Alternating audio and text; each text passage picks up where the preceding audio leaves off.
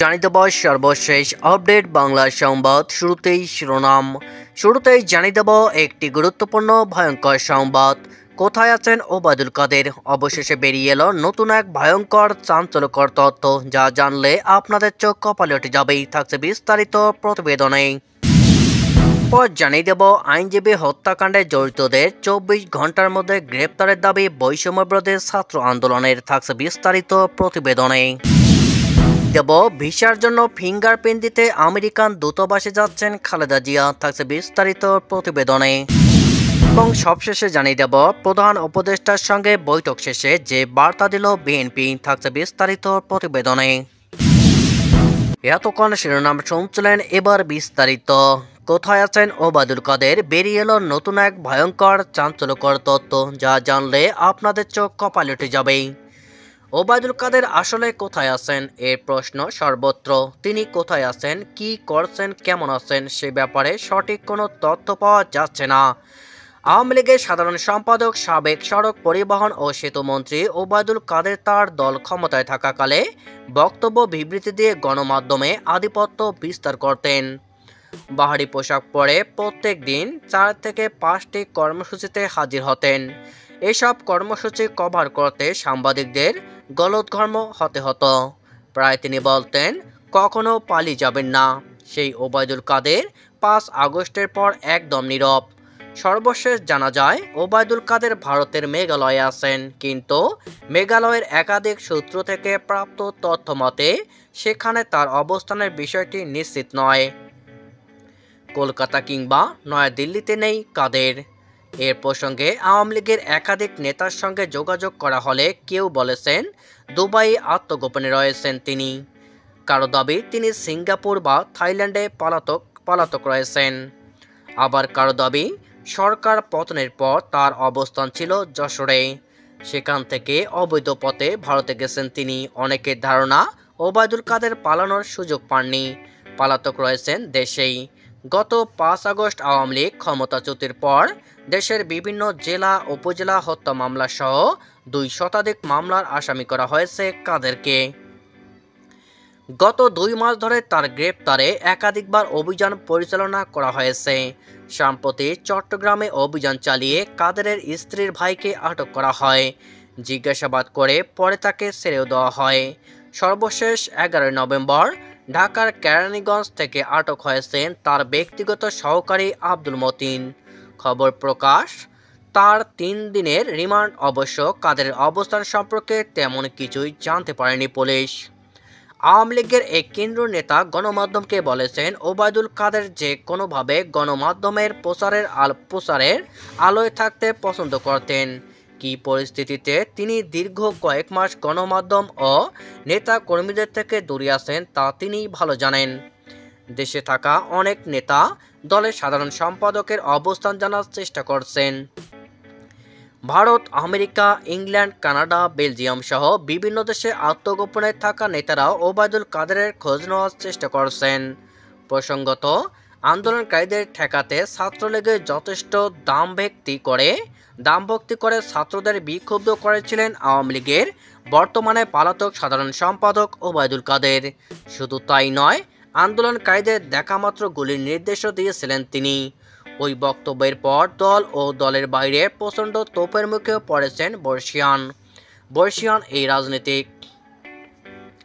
শেষ মুহূর্তে দৃশ্যপট থেকে তাকে সরিয়ে নেওয়া হয়, তাতেও আন্দোলনের তীব্রতা কমেনি, বরং নির্বিচারে হত্যা ও দমন-পীড়নের ফলে ছাত্রদের আন্দোলন শেখ হাসিনা সরকার পতনের আন্দোলনে পরিণত হয়। এর আগে বিভিন্ন সময় আওয়ামী লীগ সরকার পদত্যাগ না করলে পালানোর পথ পাবে না বলে মন্তব্য করেছিলেন বিএনপির মহাসচিব মির্জা ফখরুল ইসলাম আলমগীর। এর জবাবে ওবায়দুল কাদের বলেছিলেন, আমরা পালাবো না, প্রয়োজনে মির্জা ফখরুলের বাসায় গিয়ে উঠব। আমরা পালাতে জানি না, এই দেশে জন্ম নিয়েছি, এই দেশেই মরব, পালাবো না, কোথায় পালাবো? প্রয়োজনে ফখরুল সাহেবের বাসায় গিয়ে উঠব। কি জায়গা দেবেন? না হলে ঠাকুরগাঁয়ে বাড়ি আছে না, ওই বাড়িতে গিয়ে উঠব। সরকার পতনের পর ওবায়দুল কাদেরের কোনো খোঁজ না পাওয়ায় অতি সাম্প্রতি ঠাকুরগাঁয়ে এক সমাবেশে ওবায়দুল কাদেরকে উদ্দেশ্য করে মির্জা ফখরুল ইসলাম আলমগীর বলেছেন, ওবায়দুল কাদের না পালিয়ে আমার ঠাকুরগাঁয়ের বাড়িতে আসতে চেয়েছিলেন। এখন তিনি কোথায় পালিয়ে আসেন? ফখরুল আরও বলেন, এখন ঠাকুরগাঁয়ে আছি আমি, আপনাকে অর্থাৎ ওবায়দুল কাদেরকে আমন্ত্রণ জানাচ্ছি। চট্টগ্রামে আইনজীবী হত্যাকাণ্ডে জড়িতদের ২৪ ঘন্টার মধ্যে গ্রেপ্তারের দাবি জানিয়েছে বৈষম্যবিরোধী ছাত্র আন্দোলনের আহ্বায়ক হাসনাত আবদুল্লাহ। তিনি ইসকন নিষিদ্ধেরও দাবি জানান। হাসনাত আবদুল্লাহ বলেন, আমাদের দেশে সব ধর্মের সহ অবস্থান থাকবে, আমরা সবার অধিকার রক্ষায় কাজ করব, কিন্তু ধর্মের দোহাই দিয়ে উগ্রবাদী সংগঠন পরিচালনা করলে বাংলাদেশে এক হাত জায়গাও দেওয়া হবে না। আমার ভাই সাইফুলকে নৃশংসভাবে হত্যা করা হয়েছে, এই ইসকনকে সন্ত্রাসী গোষ্ঠী হিসেবে নিষিদ্ধ করতে হবে। আজ বুধবার চট্টগ্রাম নগরের টাইগার পাস মোড়ে আইনজীবী সাইফুল ইসলাম হত্যার প্রতিবাদে এক বিক্ষোভ সমাবেশে অংশ নিয়ে কথা বলেন হাসনাত আবদুল্লাহ। এই সময় তিনি এই ইসকন জঙ্গি, তারা স্বৈরাচারের সঙ্গী বলে স্লোগান দেন। আজ বেলা 11:30 নগরের জামিয়াতুল ফালাহ জামে মসজিদে নিহত আইনজীবী সাইফুল ইসলামের দ্বিতীয় জানাজা অনুষ্ঠিত হয়। এতে অংশ নেন বৈষম্যবিরোধী ছাত্র আন্দোলনের আহ্বায়ক হাসনাত আবদুল্লাহ ও জুলাই স্মৃতি শহীদ ফাউন্ডেশনের সাধারণ সম্পাদক সার্জিস আলম। এরপর তাদের নেতৃত্বে প্রায় 1000 মানুষ টাইগার পাস মোড়ে অবস্থান নেন। তারা ইসকনকে জঙ্গি সংগঠন হিসেবে নিষিদ্ধের দাবিতে স্লোগান দেন। সেখানে সমাবেশ অনুষ্ঠিত হয়। বিএনপির চেয়ারপারসন বেগম খালেদা জিয়া আজ বুধবার আমেরিকান দূতাবাসে যাচ্ছেন। আজ বেলা 2:15টার দিকে তিনি আমেরিকান দূতাবাসের উদ্দেশ্যে বাসা থেকে রওনা দেন বলে বিএনপি চেয়ারপারসনের প্রেস উইং সদস্য শামসুদ্দিন দিদার জানিয়েছেন। বিএনপি সূত্র জানায়, আমেরিকার ভিসার জন্য ফিঙ্গারপ্রিন্ট দিতে দূতাবাসে যাচ্ছেন খালেদা জিয়া। সাবেক প্রধানমন্ত্রী খালেদা জিয়া চিকিৎসার জন্য ডিসেম্বরে যুক্তরাজ্য ও তারপর যুক্তরাষ্ট্রে যাওয়ার কথা রয়েছে।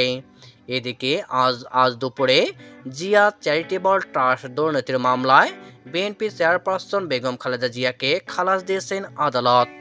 অন্তর্বর্তী সরকারের প্রধান উপদেষ্টা ডক্টর মোহাম্মদ ইউনূসের সঙ্গে বৈঠকে দেশের সব রাজনৈতিক দলের সঙ্গে বসে জাতীয় ঐক্য করার আহ্বান জানিয়েছে বিএনপি। এছাড়া দ্রুত নির্বাচনী রোডম্যাপ ঘোষণার আহ্বানও জানিয়েছে দলটি। বৈঠক শেষে বুধবার 27 নভেম্বর সন্ধ্যা 7:15টায় সাংবাদিকদের মুখোমুখি হন বিএনপির মহাসচিব মির্জা ফখরুল ইসলাম আলমগীর। তখন তিনি এসব কথা জানান। এর আগে অন্তর্বর্তী সরকারের প্রধান উপদেষ্টা ডক্টর মোহাম্মদ ইউনূসের সঙ্গে বৈঠকে বসে বিএনপির 5 সদস্যের একটি প্রতিনিধি দল। প্রধান উপদেষ্টার বাসভবন যমুনায় বৈঠকে অংশ নেন বিএনপির মহাসচিব মির্জা ফখরুল ইসলাম আলমগীর, দলের স্থায়ী কমিটির সদস্য মির্জা আব্বাস, নজরুল ইসলাম খান, আমির খসরু মাহমুদ চৌধুরী, সালাউদ্দিন আহমেদ ও ডক্টর খন্দকার মোশাররফ। বৈঠকের বিষয়ে বিএনপির একটি সূত্র জানায়, দেশের চলমান পরিস্থিতির সংস্কার কার্যক্রম, নির্বাচনী রোডম্যাপ ও আগামী জাতীয় সংসদ নির্বাচন প্রসঙ্গে প্রধান উপদেষ্টার সঙ্গে আলোচনা করবে প্রতিনিধি দল। এর আগে বিকেলে বিএনপির মিডিয়া সেলের সদস্য সাইদুল কবির খান প্রধান উপদেষ্টার সঙ্গে দলের প্রতিনিধির সাক্ষাতের বিষয়টি গণমাধ্যমকে জানান।